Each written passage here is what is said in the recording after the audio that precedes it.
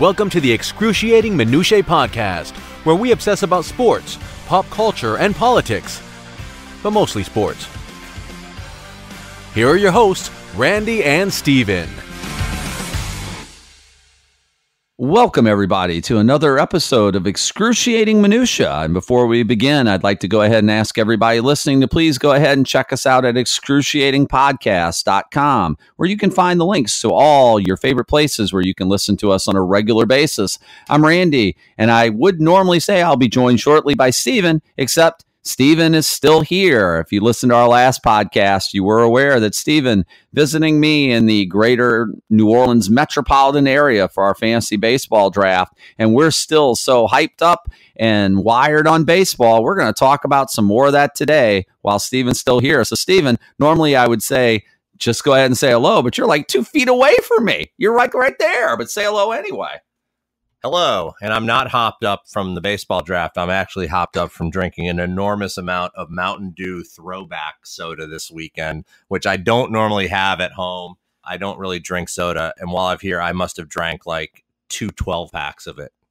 And I want to note those throwbacks, which I love, all of those sodas that are throwbacks, those all have real sugar in them. Wait, why don't you have them up home? I mean, I get them here at a local grocery store, but it's not like they're exclusive. Do they not sell real sugar drinks in New Jersey, or? They do. I just don't drink any soda when I'm at home. I typically just drink water or beer or something like that. We never have carbonated beverages in our house. As we discussed on a previous podcast, our First World Problems one, I actually have a drink refrigerator by my wet bar solely devoted to nothing but soft drinks.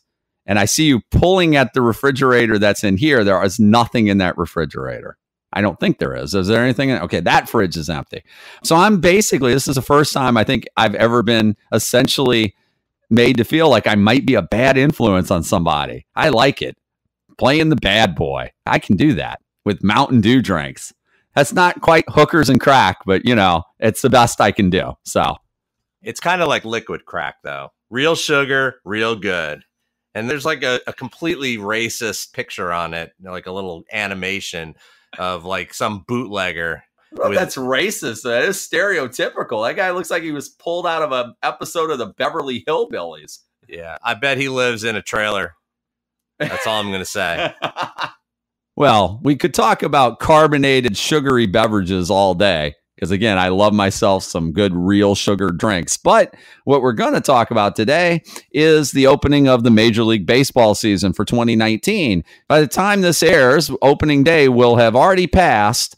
But as we're taping this, it hasn't yet. So we're going to go ahead and get some early predictions in, both on Major League Baseball standings, who we think are going to be your World Series winner, your playoff teams, your division winners.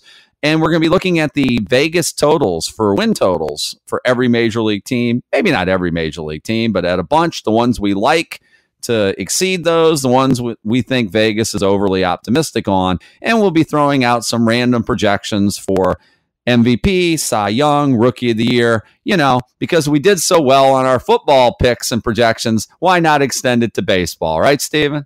I did fine on my football picks. I made money when I did my prop bets, and I'm going to not redeem myself. I'm going to continue that tradition of good picks. You can continue the tradition of bad picks. That's all you.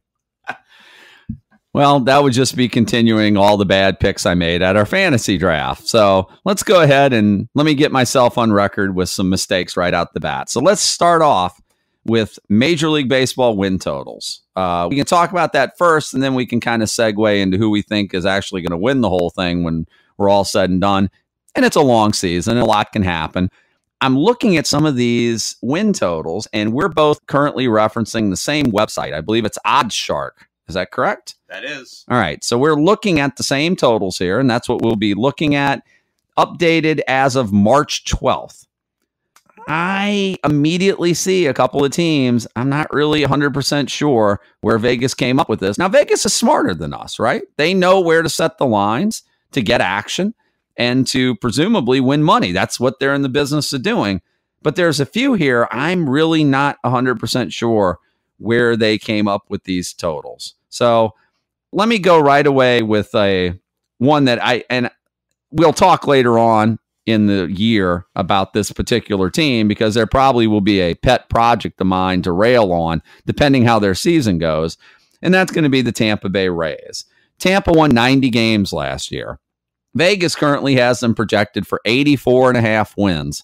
And this is in a division where Vegas has the Yankees projected at 96.5, a win total I honestly think is a little bit optimistic, and the Red Sox projected at 94.5, a win total which I actually think is a bit on the low side for a team that won 108 games in the World Series last year and really didn't get appreciably any worse. My feeling right off the bat is I don't think Tampa's finishing 500 this season. There's been a lot of talk. They're going back to that opener strategy, which, as anyone who listened to a previous podcast knows, I am not a fan of and think is just a gimmicky joke. I looked over that Tampa lineup, and we were talking today. We actually saw them play a spring training game where that lineup looks very much overhauled from last season, but not in a good way. Not in a necessarily there's plenty of better players there, but it's like just a lot of new faces. I'm not sure how that team's going to gel. And let's be honest, they won 90 games last year because when Blake Snell went to the mound and Chris Archer, before he went traded, went to the mound, they got great pitching performances, and they won a lot of those starts. Blake Snell won the Cy Young. He was a great pitcher last year. I'm not necessarily sure he's going to be that good again. He could be really good, and still Tampa could win 6, 7, 8 games less than they did when he started last year, just off of statistical deviation and coming back to the norm, right? So I look at Tampa and I just see them as being a team that's going to win like 76 games, 77 games tops. That's definitely a team I'd be taking the under on the win projection. That's probably, if I had one bet to make only, it would probably be Tampa. And maybe I'm a little colored by my distaste for their opener strategy, but I just don't see that as being a team that's going to win 85 games, essentially, like Vegas is predicting. I'm still stunned they won 90 last year. I originally agreed with you, and then since then I've rostered a bunch of Tampa Bay players, so I've changed my tune a little bit. In all honesty, you're right. We watched the game today, and they have completely retooled. I think the only returning position player that we saw playing today might have been Kevin Kiermaier. Everyone else, it was like every position was a new face. I actually like the way that they put their team together. It's much younger. I think it's a better team. The one thing that you didn't mention is they added a pretty good pitcher in Charlie Morton in the offseason. So they do have 2 really good starters now.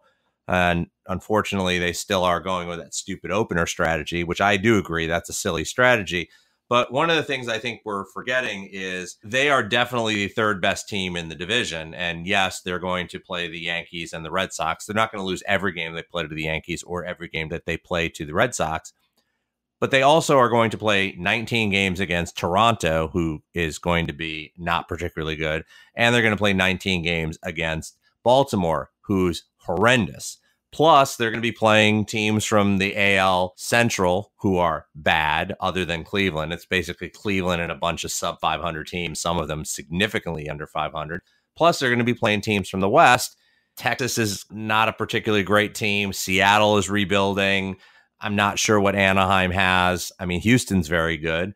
So in many ways, I look at them and I'm like, I kind of feel like they're still the 5th best team in the American League, and they're going to probably get somewhere right around that 85, 86, 87. I agree. I think that they kind of overachieved last year, but I don't think they're going to come down. I'm starting to think that that number's about right, and for that reason, I'd kind of stay away from it. One of the ones that I really like is Arizona, who won 82 games last year and basically got rid of most of their really good players.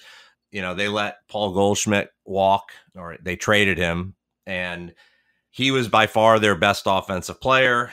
And I kind of feel like they're in a rebuild now after they made their run last year. They're kind of tearing it down, and they're over under 75.5, which is only 7 less wins than they had last year. I think that Goldschmidt probably is about a 7-run or a 7-win type player. My guess is they're going to be under that 75. They're probably going to be in the high 60s, low 70s for a win total this year. That's probably all they're going to be able to muster up. So I have Arizona under 75.5. To comment on the Arizona pick. That's not a bad pick. I absolutely see where you're coming from with that. Their offense without Goldschmidt all of a sudden is missing a huge piece right there. And they did not make their team, they're in a rebuild. You pretty much put it out there. I don't know, though. I mean, one thing I noticed about this, and it kind of lends some credence to what you said about Tampa, and I will grant you, the American League, at least if you look at the Vegas win total projections, most of your bad projected teams are in the American League. Your lowest totals belong to Baltimore and Toronto, and Texas is not projected particularly well. Seattle is projected low. The White Sox are not particularly good. Kansas City, we mentioned, not being particularly good. These are all teams that are projected in that 60 to low 70 win total, and someone's got to win games when the AL teams are playing one another. That's a good point.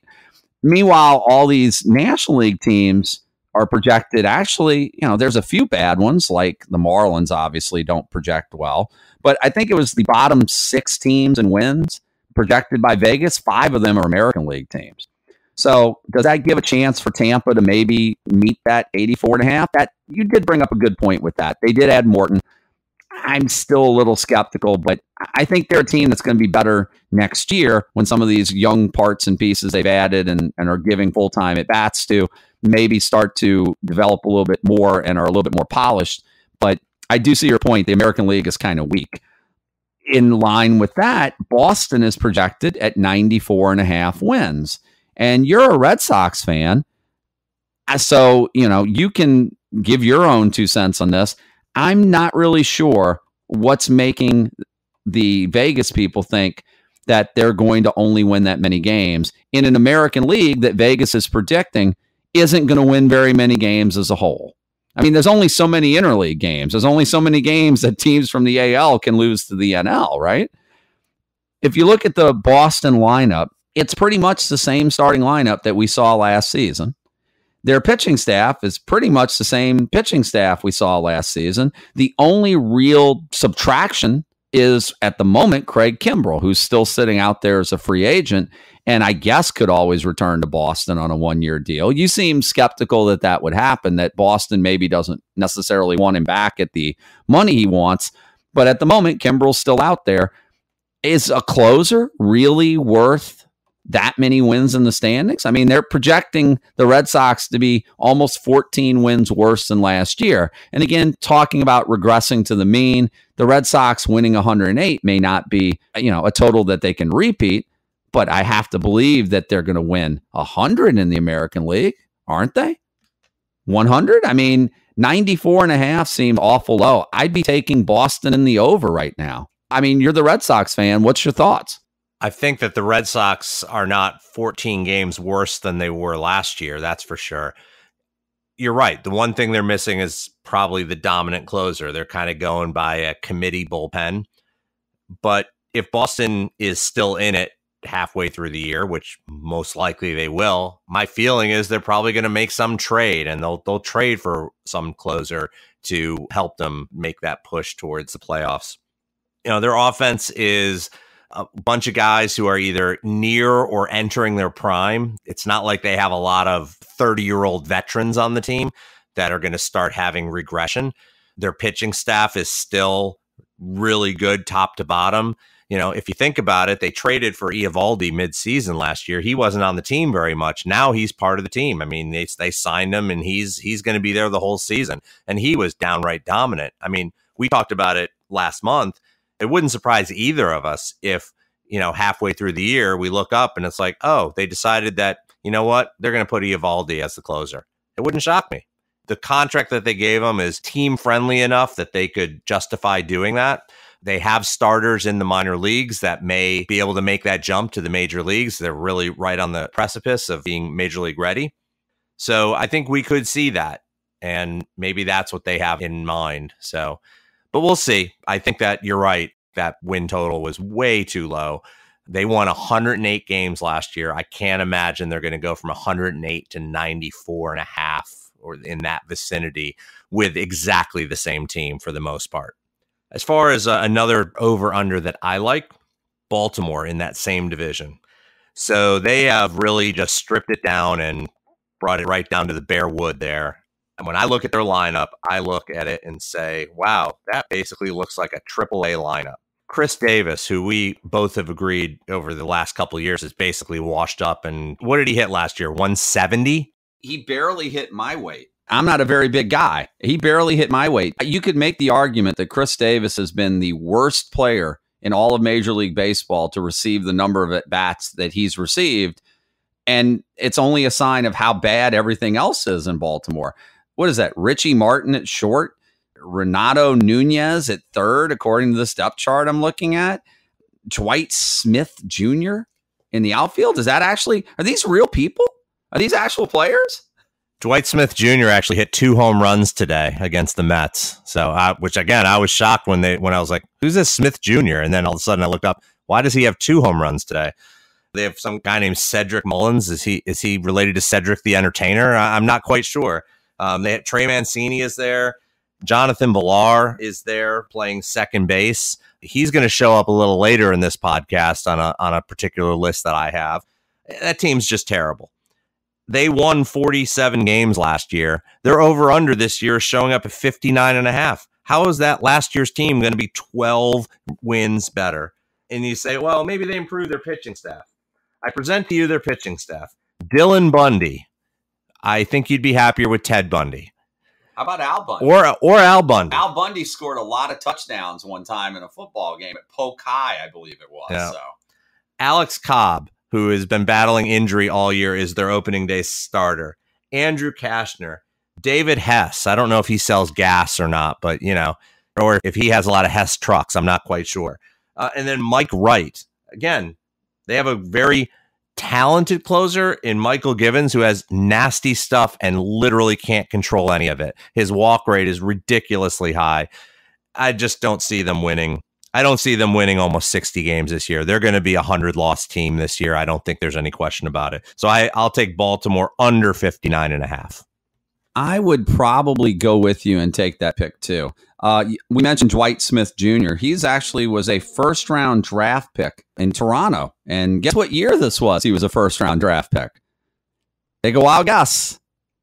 2012. You're close. 2011. That's 8 years ago. First-round picks that take 8 years to kind of work their way into starting jobs aren't doing so because of a great amount of talent. They're doing so because there's no one else that they can possibly put in their place. Davis, like you said, is awful. Mullins is a prospect with some upside, but currently, again, looking at their depth chart, Mark Trumbo is already hurt and is going to be out for weeks at a time, and it's just probably washed up. So, you mentioned their pitching isn't particularly good. I would take the under as well. I completely agree with you on that one. Yeah, you mentioned that Dwight Smith used to be with Toronto. I just noticed here as I'm looking at his player page that he was acquired from the Blue Jays basically 2 weeks ago because the Blue Jays had designated him for assignment. And the Blue Jays aren't a great team, and they designated him for assignment. Baltimore has signed him, and he's their starting outfielder. He was traded for essentially a used bag of balls. He was traded for international bonus pool space. Not another player, not money, international bonus pool space. Is that like international swimming pool space? Do you get like hot girls in bikinis with that pool space? It doesn't seem like Toronto valued him very much. And you're right, Toronto is not a very good team. Players sometimes slip through the cracks, but my guess is he didn't slip through any crack. He's just not very good. I'm guessing when he went to camp in the beginning of February, he did not expect to be the Orioles starting outfielder come opening day. I'm sure he thought he was going to get sent back down to the minors or outright released and never to see a major league roster and get picked up by somebody else and get sent down to their minor league, whatever. The team is just an absolute wasteland. We talked last year about how bad Florida was. This team looks worse than Florida did last year. I don't really think it's close. And Florida lost 99 games last year. I think this team is much worse. Well, as you pointed out, they're going to be in a division with Tampa, who, again, I may not like Tampa that much as a team, but Tampa does have a better team than Baltimore right off the bat. And Boston and the Yankees, even if they have flaws or warts, are both much better. That's a lot of games in their division they're going to be losing. And I'm with you. I'll agree completely with you. on Baltimore. And for my next pick, I'm going to stay in the East, and I'm going to go with the Yankees at 96.5, and I'm going to take the under on that. Now, not a lot, and you seem a little surprised, or maybe that's happy. Happy, that's what that is. I think the Yankees will win 90-plus games. I think the Yankees will probably make the playoffs there. But 96.5 seems awfully optimistic for a team with the pitching issues that they have. And that's essentially why I'm taking the under with them at the moment. The Yankee offense could certainly be very, very good. Gary Sanchez can't be this bad again, can he? I guess he could. I mean, I don't know. They have Torres and Andahar. They're two young guns in the infield, but, sophomore slumps happen. Maybe things take place and one of them or both of them struggle a little bit. Aaron Hicks is hurt. Didi Gregorius isn't going to be back until August. I do believe that's Troy Tulowitzki, who's listed as their starting shortstop right now. Who's playing short there? I think what they're going to end up doing is they're going to put Gleyber Torres at short, and then they're going to play DJ LeMahieu at second base. That's probably going to be the more likely scenario. Troy Tulowitzki has looked terrible this spring. His bat looks slow. He looks washed up. He's just struggled with so much injuries. And basically, let's be honest, he really hasn't been the same since he left the friendly confines of Coors Field. So I agree that they have some issues offensively. Even as good as their offense looks, they have some offensive issues that they're going to have to address.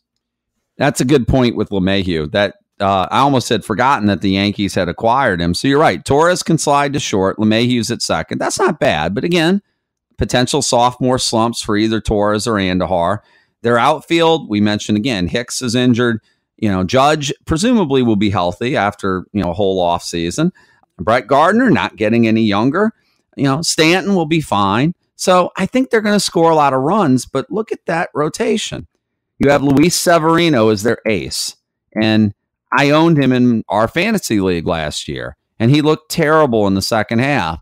Now, I remember at some point just telling you over the phone, there's got to be something wrong with him. And of course, the Yankees said, perfectly fine, perfectly healthy, until we get to the spring and we find out rotator cuff issues. Who knows how that's going to work out? I mean, he threw a ball today from 120 feet.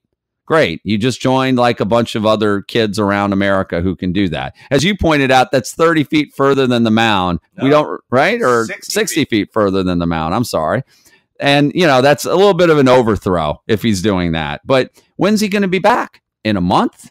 Maybe 2 months? I mean, who knows with injuries like that? He's backed up by James Paxton, who should perpetually have the words DL or now the new IL after his name. In fact, I thought that's how you spelled Paxton, Paxtondl. That's the way I've always seen it because he can't stay healthy. He's great when he is, but he just can't stay on the mound.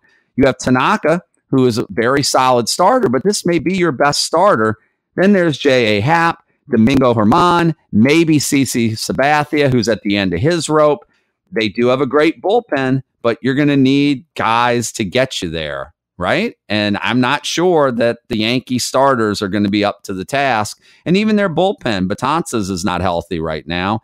And they had issues at times with Chapman last year. So if the bullpen is as good as it can be, and if everyone's healthy there, and if they get these injured guys back, they're definitely going to win 90 games. I just think they're going to come up short of that 96.5 seemed optimistic to me.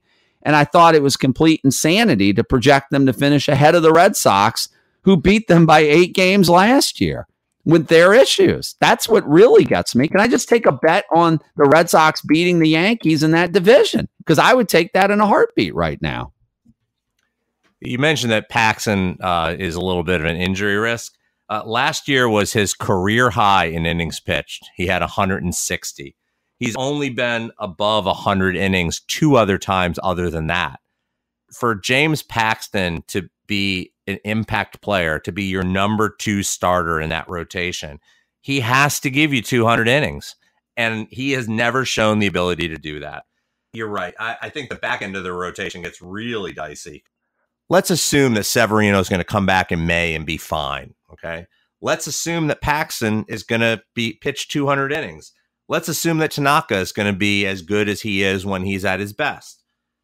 Your fourth and fifth starters are some combination of J.A. Happ, CC Sabathia, Domingo Germán, or Jordan Montgomery. That is not a team that's going to win close to 100 games with those kind of pitchers. They just aren't. You mentioned about their bullpen. They have been heavily reliant on their bullpen over the last 3 or 4 years. And the one thing about relief pitchers is that they are very volatile. They're like the least consistent of players. There's a reason why closers lose their jobs at a 30 to 35% rate every year. Betances has a ton of innings on his arm over the last few years. You have Zach Britton in that bullpen who's had injury issues. You have Adam Ottavino, who has had one or two. He had one really good year. He had one decent year. Has not looked good this spring. And as you mentioned, Chapman's had issues. So I would be more than happy to sit here and say that the Yankees are going to finish behind Boston. That would make me happy. And I agree that I think that their win total seems high. When we make our predictions, I think that'll bear out in what I see for the final standings in the division. Other bets that I like, Colorado. Colorado is over 84.5. They won 91 games last year. And I don't really feel like their team got a whole lot worse. And if anything, I feel like their team potentially could be better. They have a lot of young talent that they seem to be finally bringing up to the major league level. They traded for Daniel Murphy, who I've seen it written more than once this year that Daniel Murphy could win a batting title in Colorado with his ability to put the bat on the ball and that huge outfield. They have a really nice set of young players that are battling for second base job in Ryan McMahon and Garrett Hampson. I have a feeling that McMahon might get that job, and Hampson, who can play just about everywhere, will kind of be a super sub. He might be the Marwin Gonzalez type guy who still gets 450, 500 at bats over the course of the year. And the other side of their infield, they have Nolan Arenado, who I think is going to have a monster year. Trevor Story, who I hope has a monster year since I just dropped a ton of money on him on the rotisserie draft this weekend. And then their outfield, they have David Dahl, who, if he could just stay healthy, he has so much talent and so much promise. Charlie Blackmon, who's probably on the downside of his career, but he's 31. He still should have some mileage left in those legs. And, Ian Desmond, who probably shouldn't be getting those at-bats, but he will, and he'll be fine. And I feel like their pitching staff has actually been pretty good. They have Kyle Freeland, Germán Marquez, Tyler Anderson, John Gray. I mean, that's a pretty solid top four. You still have Wade Davis as your closer. That seems like a pretty good team to me. And, they won 91 games last year. Their over-under is 84.5. I don't look at that team and say, they're 7 games worse than they were last year. I feel like they're right around a 90-win team again this year. I'm taking Colorado over 84.5. Now, I would agree that I don't think that they're an 84.5 win team. I'm not sure that they're a 90-win team. I would say they're kind of my inverse pick of the Yankees in that aspect, and that I agree with you. They'll beat that total. I think they'll finish over the 84.5. I'm not sure they win 90. Maybe they're an 86, 87 win team and squeak by. But I do agree with you. I don't really see where the team got worse. If anything, I think it got better because, as you pointed out, you might see more at-bats to a David Dahl, to a Ryan McMahon, to a Garrett Hampson. These are guys that are improvements over some of what they were probably running out last year. Daniel Murphy, if he stays healthy, like you said, could be a batting champion. And in the outfield, the same thing with David Dahl. If he can just stay on the field, could be a tremendous talent. And even if Desmond were to falter, which I know you hope he doesn't, they do have Tapia, who has a lot of natural ability and could easily just slide in and be a solid contributor. Pretty much any hitter that ends up in Colorado, you got to be pretty bad to not put up some form of offense. They're going to score some runs. The question is their pitching. And, Freeland, Marquez, Anderson, and Gray doesn't really sound all that imposing. They don't really have a traditional ace on that staff, but they don't really need one. In Colorado, you're going to win a lot of 10-8 games, right? The biggest loss they probably had was losing Ottavino. That might drop their win total a little bit, and that the bullpen might not be as good, but I'm kind of like you. I don't see them losing that many wins. Yeah, I'm going to go for my next pick. I'm going to go back to the American League, And I'm going to go to the American League West. And again, if Vegas thinks the American League is this bad, Houston won 103 games last year. They're projected at 96.5. Can you explain to me where in Houston the team has downgraded at all? Your rotation has Verlander and Cole still in it. You have Wade Miley, who they picked up, has been serviceable at spots in the past, but has looked absolutely dynamite this spring. You have Colin McHugh and Brad Peacock, not the greatest of starters, but certainly solid guys. And then their offense. This is a team that now is featuring Michael Brantley in the outfield. It's a team that is going to have Jose Altuve presumably healthier than he was last year and more productive. Bregman, Correa, Springer. This is a really, really good offense. And they're going to score a lot of runs, and they have a deep bullpen. They have Roberto Osuna, who, again, personal issues and problems aside, as long as he stays clean of that, is a very, very good reliever. And that just made that bullpen deeper. I'm not even going to mention Josh James, who could be a potential Rookie of the Year candidate to slide into that rotation. I'm not going to mention the fact that Chris Davinsky was arguably one of the best relievers in the American League for a couple seasons, and then kind of had a rough stretch last year and struggled a bit. If he reverts back to form, Ryan Presley, Hector Rondon, that's a really, really deep bullpen to go with some really, really good starters. It's not like it's the Yankees where they may have to outscore their opponents in some of these games. They could hold opponents to low totals and score a lot of runs and win a lot of blowouts. And again, they're in a division with a rebuilding Seattle team, a Texas team that's a dumpster fire in a lot of ways. Who knows what we're going to see out of Oakland? And again, a lot of games against bad American League teams like Kansas City, like Baltimore, like Toronto. And yet Vegas is projecting that they're going to win fewer games and almost 7 fewer games. My feeling is they won over 100 games last year. They're going to win over 100 games this year. I don't see where the drop-off is. Now, the caveat we ought to make that in these predictions, obviously we're not accounting for what if there's something catastrophic. If Garrett Cole and Justin Verlander go out the first week and both blow their elbow out, Houston's not winning 100 games. All of these predictions obviously are made on the assumption that the players that have been healthy stay healthy, guys who have been productive don't all of a sudden fall off a cliff, and guys who've never done anything in their career don't all of a sudden turn into Mike Trout. All of these things could happen, but if you're Vegas setting win totals, you certainly can't be projecting any of that when you do that, can you? I mean, it's different than us projecting that James Paxton won't throw 200 innings because there's a track record of him not doing that. That's a lot different than saying, well, Justin Verlander will only throw 50 and Houston will lose wins this year because he won't be on the mound, because he'll blow his, well, maybe he'll blow something else out doing something with Kate Upton. I don't know. Maybe that's what they're expecting. But otherwise, tell me, am I missing something here? I don't think I am. They are only 2 years removed from a World Series title, right? Correct. They were in the mix last year. I feel like they got better. They added Brantley. They added Wade Miley. They have some other pitchers that are coming through the system. McHugh was great in relief, and they're going to transition him to the rotation. It's a really good team. It's not a very good division. Oakland gave them a run last year. I don't think that's going to happen this year. I looked at Oakland's starting pitching rotation, and I was trying to figure out who some of the guys that were listed were. They have good offense, but then they just lost Matt Olson for probably a couple of months.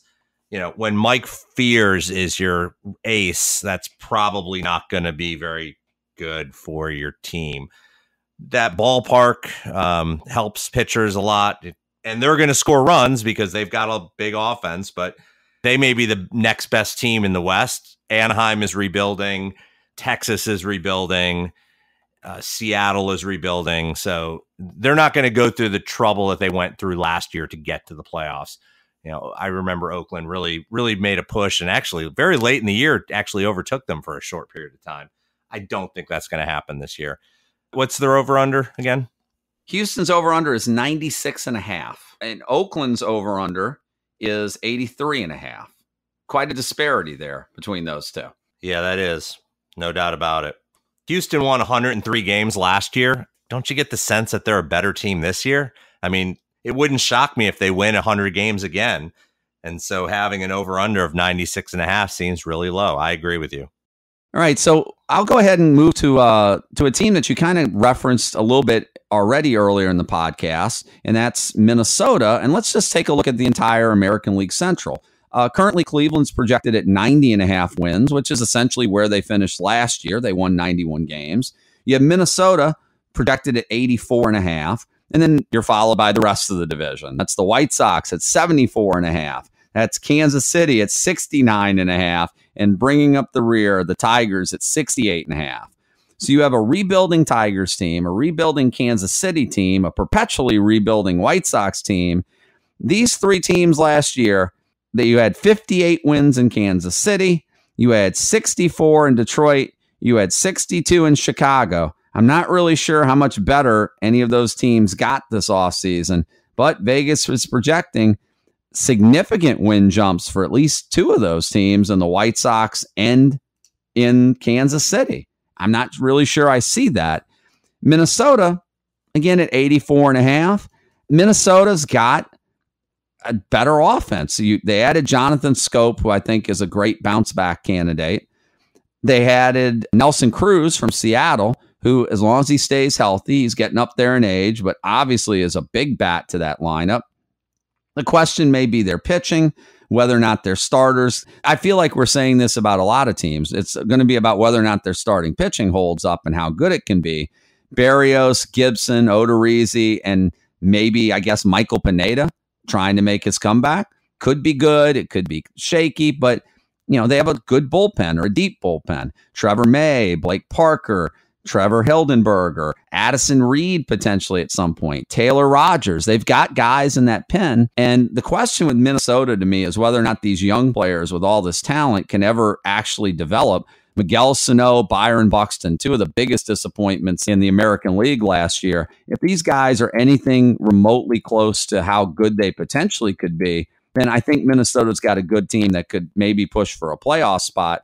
I don't think that 84.5 win total is a bad projection for them. I think it might be kind of close to where they end up to. I sense, though, however, you're not in agreement with that assessment. I have mixed feelings about Minnesota. They won 78 games last year. They are slightly better. They should be slightly better. But then again, I think we thought they'd be slightly better last year, and they weren't. I kind of crossed them off my list. I had them on there originally, and I'm like, I could see it going either way. And you do bring up some good points. And one of the things that you brought up was how bad Detroit is, how bad Kansas City is, how bad the White Sox are. They're all those teams are kind of in rebuilding, and Minnesota kind of went a little bit of the opposite, where they just brought in a bunch of veterans. They brought in CJ Cron, they brought in Jonathan Scope, they brought in Nelson Cruz, and they have some of their young guys. Byron Buxton ever breaks out, which again, I'm not really counting on it, but if he does, he has a tremendous amount of talent. I question their starting pitching, but I could see them right above 500, 82, 83, 84 wins, and that's right around the number that they have them posted at. So I guess the more I think about it, I'm not as sold on that as far as being an under. What I am sold on is, as I'm looking at this, is I think that Detroit is going to be horrific. And they only won 64 games this year, but they're projected for 68.5. The fantasy league that we're in is a 16-team mixed league. We draft just about every pitcher available.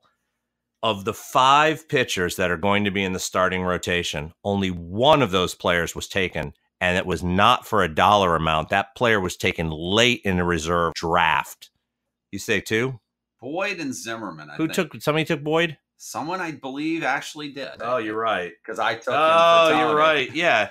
Well, he was taken by a team that was desperate because he had no money. He had like 20 roster spots to fill with $20. So he ended up with, we won't even get into how bad his offense is, but he had to fill in a few $1 pitchers as well. So essentially, we have approximately $4,800 worth of value assigned to players in our league. And a total of one of those dollars was spent on starting pitchers in Detroit. So a group of 18 guys and one woman in our room basically looked at the Detroit rotation and said, not for me. And there were some terrible pitching picks made late in our draft, but no one wanted to go to Detroit. They have Miguel Cabrera, who is a phenomenal player in his prime, who just can't seem to stay healthy. And even if he does, he's not going to hit for the power that he once did. They added Josh Harrison at second base. They have Heimer Candelario at third, who's basically just, he's kind of, meh. That's exactly the word I was going to use. Jordy Mercer at shortstop, who, again, also meh. They have Kristen Stewart, who I know you're a little high on because high meaning I think you were smoking something when you kept him. But he's in the outfield along with Jacoby Jones, who's already injured, and Nick Castellanos, who I think we both agree is a great player, but he's not going to carry that team, right? And John Hicks, I've never even heard of John Hicks. He's their DH. Never even heard of him. Hicks is actually a catcher. So Hicks might be their starting catcher. Or he actually got a lot of playing time when Cabrera was hurt last year. So he played first and catcher, and he was serviceable. But you just named a lot of players who are serviceable and decent in the right elements. But when you put a whole lineup out there of these guys, it's just not very imposing. You can get away with it if you have great starting pitching, and they don't. I mean, I'm looking at a depth chart, and I see Matt Moore on it. When was Matt Moore any good? Ever? He's never lived up to his potential. Daniel Norris, that's another guy. The Michael Fulmer injury, they were obviously hoping for big things out of Fulmer, and Fulmer's not going to be returning anything anytime soon. Jordan Zimmerman is just not what he was. And, we mentioned Matthew Boyd, and it's a mess. And then on the bright spot, their bullpen isn't very good. Shane Green is a closer because they're going to trot him out in the ninth inning. But if you put him on a team with a good bullpen, like let's say Houston, there's like 4 relievers on Houston that are better than he is. Minimum, maybe more than that. Maybe the whole bullpen. Yeah. Joe Jimenez, who has been inconsistent. And then there's a lot of guys. I'm looking at a Roto World depth chart, and I'm pretty sure some of these names somebody just made up and threw them on there. Because Lewis Coleman, Buck Farmer, was he an 8-man out? Blaine Hardy, is that one of the Hardy boys? These guys might be okay, but there's no dominant arm. There's no one like, again, going back to Houston, and I'm not trying to compare. That's like apples and oranges. That's like apples to an outhouse, comparing those two. These relievers, there's no one in there with an arm like Osuna or Davinsky or Rondon even. And when you have that type of pitching staff and that type of offense, that's a 100-loss team, right? That's a 100-loss team. I would believe the only thing that might save them from being a 100-loss team would be the fact that they're in a division with another team that could lose 100 games in Kansas City. But, that's possible. I think the American League is very much a league. It's very much different than the NL. The NL, I think we could point when we come up here with picks to decide who we think are going to win these divisions and make the playoffs. The National League, we're going to kind of have to do some thinking because there are a lot of good teams in the NL, and somebody with some talent is not going to make the playoffs. In the American League, it's, to use a fantasy term, it's stars and scrubs.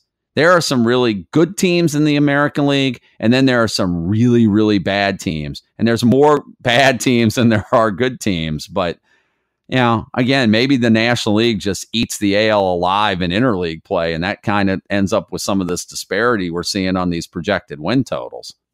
I'm not sure what causes that disparity, but I think the big thing with the American League is, like you said, stars and scrubs. I think you're going to see 3 teams that could easily win 100 games. You have another team that could potentially win like 95.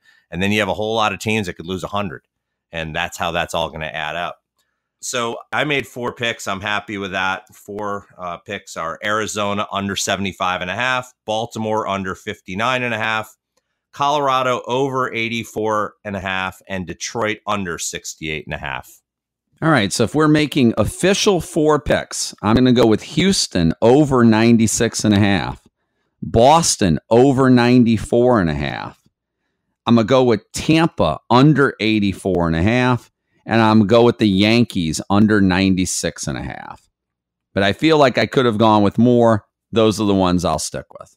we got a little bit of time here left over, so let's make our picks for who we think are going to win the divisions, who we think the wild cards are going to be, who we think the World Series is going to pit against each other, and who we think is going to win. I'll go first. In the AL East, I know this is going to shock you, but I think Boston's going to win the AL East. Stunned, I know. The AL Central, I think this may be the easiest pick of all the picks we have to make, and I'd be shocked if you had something different. Cleveland. And the AL West, I'm going to go with Houston. Again, fairly easy pick. And for the wild card, I'm actually going to go with two other teams from the East. I'm going to go with the Yankees, I think, are a shoo-in, even if they're not going to make their 96.5 like you do. They're still probably going to win 90 games by accident, and that's probably enough to get them in the playoffs. And I'm going to go with Tampa Bay. I think Tampa Bay is potentially the fifth best team. Yeah, I'm looking at who else it might be. Is it maybe Minnesota? You seem to be high on Minnesota. I think we both have said that Oakland, who won a ton of games last year, is probably not going to be nearly as high as they were. We may see the team that is the fifth wild card in the American League have somewhere in 83, 84 wins, maybe just above 500. I think Tampa Bay can get there. In the National League, in the East, I like Philadelphia. The addition of Harper obviously makes them a lot better offensively. I think some of the younger players are only going to get better. In the Central, I like Milwaukee. I think that, right now they have some issues in their bullpen, but I think it's only a matter of time before Craig Kimbrell ends up somewhere in that mix there, and that should stabilize things for them. In the NL West, I think the Dodgers are still the best team. They're the cream of the crop out there. Wild cards, I like St. Louis and I like Colorado. And that means that a team like the Cubs is not going to, like you said, there's going to be a good team that's going to be home and that's not going to be even in that one-game playoff. And for me, I think it's going to be the Cubs. In the World Series, I like Boston versus Milwaukee. And I am going to go with Boston to go back-to-back. And Stunned. I know it's stunning, but I think their pitching staff, their starting rotation from top to bottom is the best in baseball. I think their bullpen needs some work, but I trust their management that they'll be able to figure it out. They have some good young arms in the minor leagues that may be able to come up, or they could just make a trade and address that. Bullpen is one of the easiest places to make trades during the season to try to bolster that. So that's my pick. What do you got? I have two very easy picks for division winners, and then I have struggles with the other four. One that's not quite as much of a struggle based on stuff I've already said will be a pretty easy guess. Basically, the American League to me is the easiest to pick as far as the division winners. And I'll go from the bottom up. The West is going to be Houston. They're clearly the cream of that division. Like I said, I think they'll win 100 games. They may well finish with the best record in all of baseball. I think Cleveland's going to win the Central. Again, it's a team that is just going to beat up on Detroit, the White Sox, and Kansas City all year and win enough games against these other teams. They're going to win in the mid-90s and probably win that division by at least a decent amount. I like the Yankees for various reasons, but like I said, their pitching scares me, and the Red Sox are just a better team. They were last year. They'll be better this year. So Boston to win the East. My wild cards, I'm like you said, the Yankees will win 90 games in their sleep. That may be what they win. Actually, if you told me they won 90 games, I'd say, yep, that sounds about right. I think they'll be double-digit games behind the Red Sox, but they'll make one wild card. Obviously, since I didn't like Tampa, that won't be my wild card pick. I am going to go with the Twins. I think there's going to be enough of a turnaround of some of that young talent, a good enough bullpen, and the addition of some of those veteran guys, I think will be enough. It's not going to be a strong wild card. They're going to win maybe 87, 88 games. But as you said, it wouldn't take much more than that, if that, to get in as a wild card. So that's my AL picks. National League's a little bit tougher. Every division, seemingly there's multiple teams that are going to fight it out. In the National League East, I'm going to go with Philadelphia. And what worries me about Philly is the back end of that rotation. But if Nick Pivetta and Vince Velasquez are able to take a step up and be more consistent, Aaron Nola might win a Cy Young. Bryce Harper, pretty good. Definitely helps. They added McCutchen. The offense is going to be better. I just think they're a better team. I do believe Atlanta is going to be strong as well. but we'll see how that shakes out. In the Central, I'm going to go with Milwaukee there. And I agree with you. I think they had the best team in that division last year.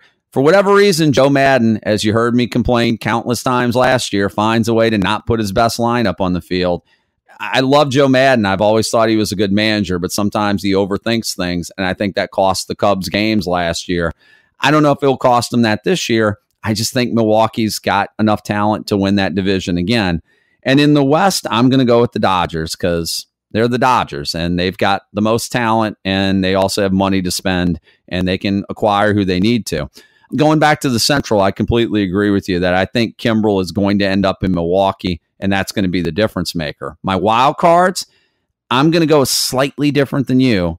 I'm going to go with Atlanta because I think the young talent and the young pitching and guys like Acuna, that makes a huge difference.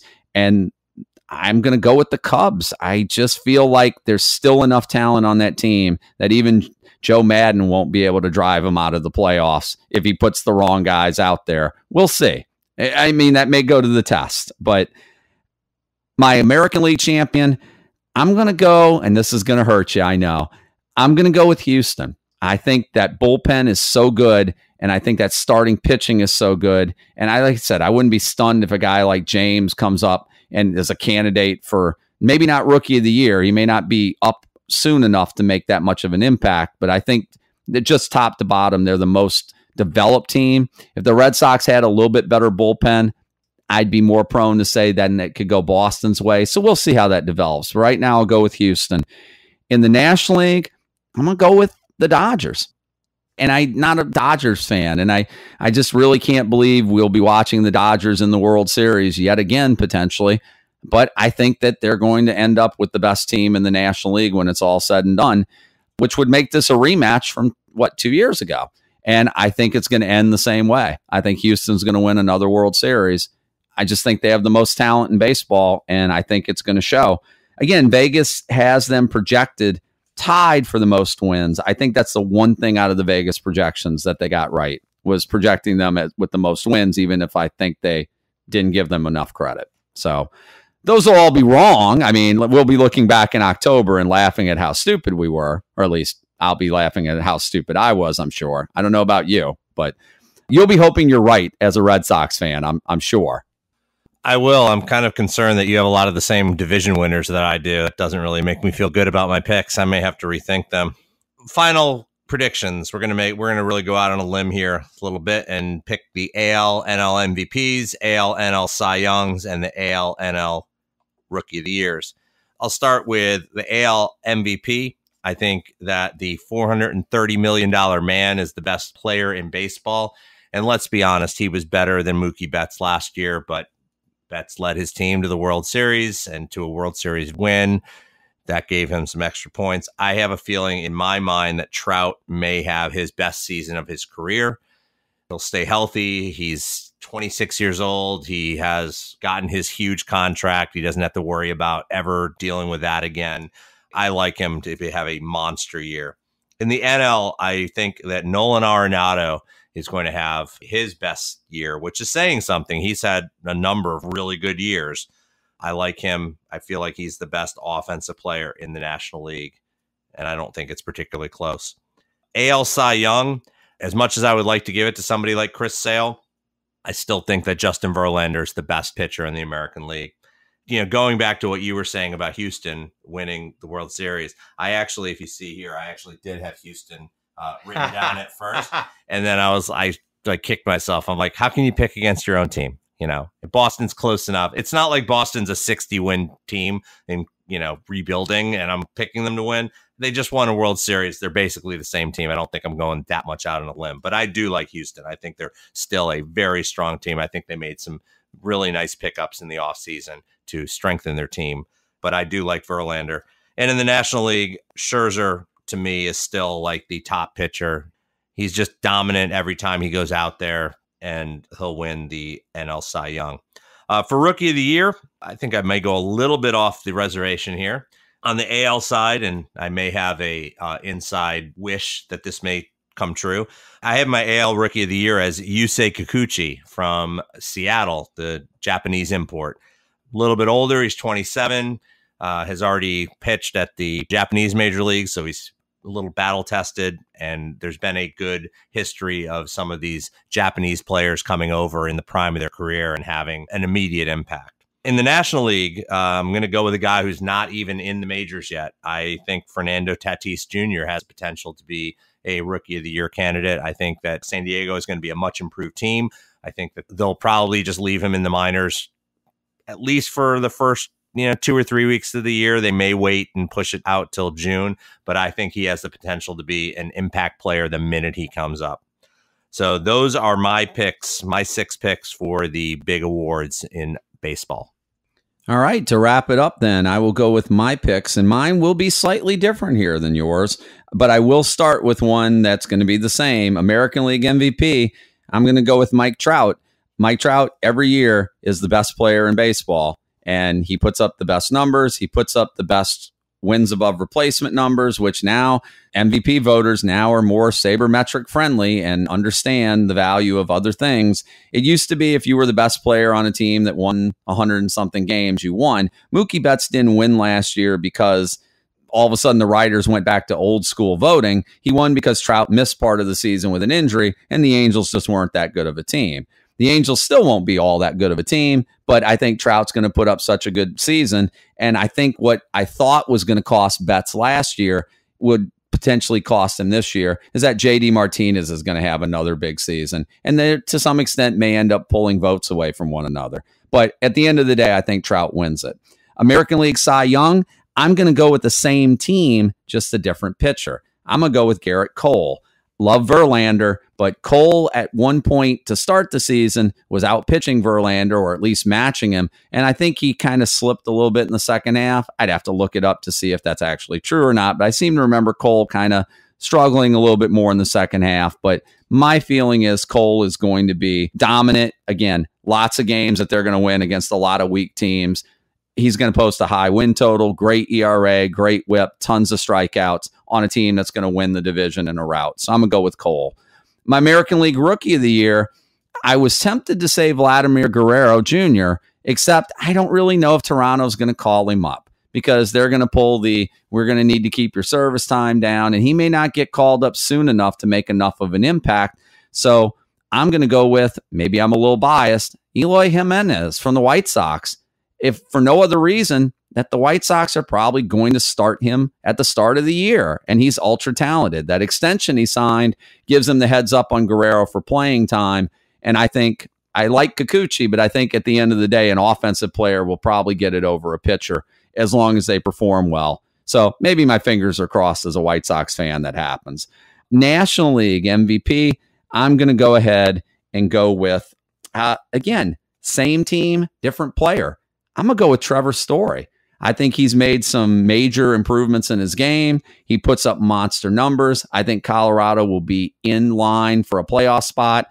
I think it's going to be a super tight race. I could see Arenado, Story, Yelich again, and maybe a guy like Javi Baez again, Paul Goldschmidt, Harper.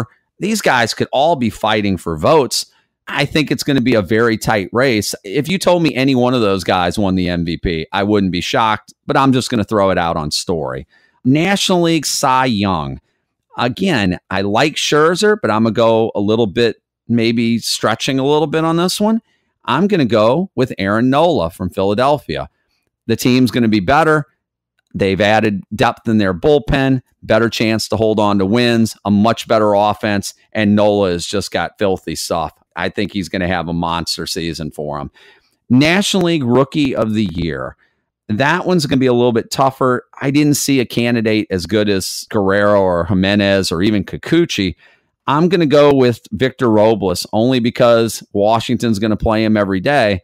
And I think that's going to give him maybe the edge on Tatis, who may be down on the farm longer while San Diego keeps his clock reset to keep more years of control on him.